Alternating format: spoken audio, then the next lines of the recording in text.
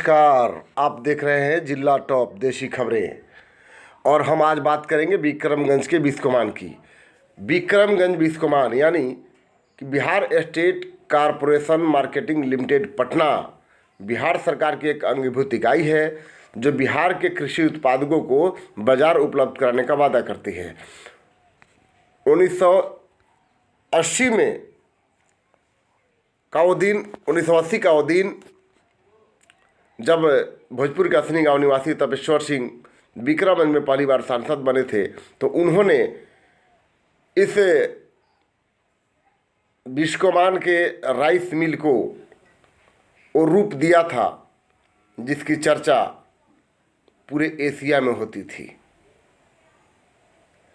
Modern rice mill जो अपनी क्षमता और क्वालिटी के लिए मशहूर था, उसे उन्होंने बिस्कोमान में अधिग्रहित करा दिया और जो धान यानी कि धान से जिससे चावल बनने थे उसके भूसा से डालडा बनाने का काम यहाँ शुरू करने वाले थे और उसके बचे अवशेष से कैटल फीड्स यानी कि पशु चारा बनाने का काम शुरू होने वाला था, जिसको लेकर बड़े व्यापक पैमाने पर यहाँ पर एक फैक्ट्री का नींव रखा गया, बन भी गया, लेकिन वो काम शुरू नहीं हो पाया।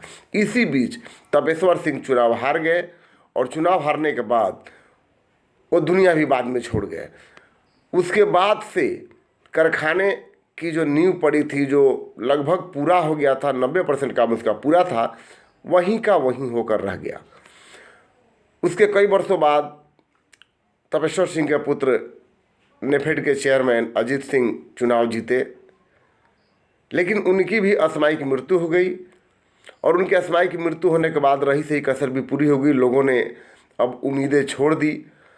तब से हालात यह है कि बिस्कोमान परिसर में बना डालडा फैक्ट्री हो या राइस मिल हो या आईबी हो, सभी जीर्णशीर्ण अवस्था में पहुंच गए हैं। डालडा फैक्ट्री के 90% सामान चोरी कर लिए गए हैं या जंग लगकर ख़राब हो गए हैं। राइस मिल में जंग लग गए हैं और सबसे बड़ी बात जो आईबी है, विक्रमगंज में जो भी नेता यानी पूर्व प्रधानमंत्री अटल बिहारी वाजपेयी भी विक्रमगंज में आए, लाल कृष्ण आडवाणी भी आए, लालू, नीतीश, तमाम बड़े नेता आए तो उसी आईबी में रातें गुजारते थे।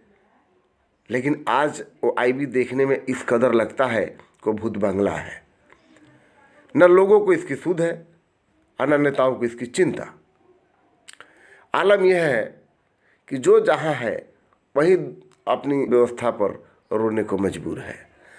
1984 में जब फैक्ट्री अपने शबाब पर था, राइस मिल की चिमनियाँ धुआं उगल रही थी, एशिया में अपना स्थान स्थापित कर रही थी, उस समय बिस्कोमान के प्रबंधक पद पर रहे विक्रमगंज जयराम नगर निवासी इंद्रजीत सिंह बताते हैं। हम बात कर रहे हैं बिस्कोमान के, विक्रमगंज के बिस्कोमान की, जिसके पूर्व प्रबंधक इंद्रजीत सिंह अब अवकाश ग्रहित हो चुके हैं। आइए उनसे जानते हैं कि उस समय बिस्कोमान की क्या स्थिति थी और आज क्या है। इंद्रजीत जी, आप बताएं कि बिस्कोमान क्या था। 1984 में जब माननीय श्री तपेश्वर बाबू हम लोग के चेयरमैन थे बिस्कोमान के, उस समय बिस्कोमान की स्थिति बहुत बढ़िया थी। हर किसानों को खाद मिल रहा था, हमेशा खाद से गोदाम भरा रहता था। और उसके बाद में वो जो है डालडा फैक्ट्री और ये कैटल फीड का निर्माण करा रहे थे, कार्य जोरों पर था। उनको जाने के बाद सारी व्यवस्था अस्त व्यस्त हो गई, अगर वो सारा काम रुक गया। अगर वो पूरा हो जाता तो मतलब लोगों, हाँ, अगर वो कार्य पूरा हो जाता तो इस क्षेत्र का काया पलट हो जाता, बहुत लोगों को रोजगार मिलता। लगभग कितने लोगों को रोजगार मिलता उससे? कम से कम 1500 लोगों को रोजगार मिलता।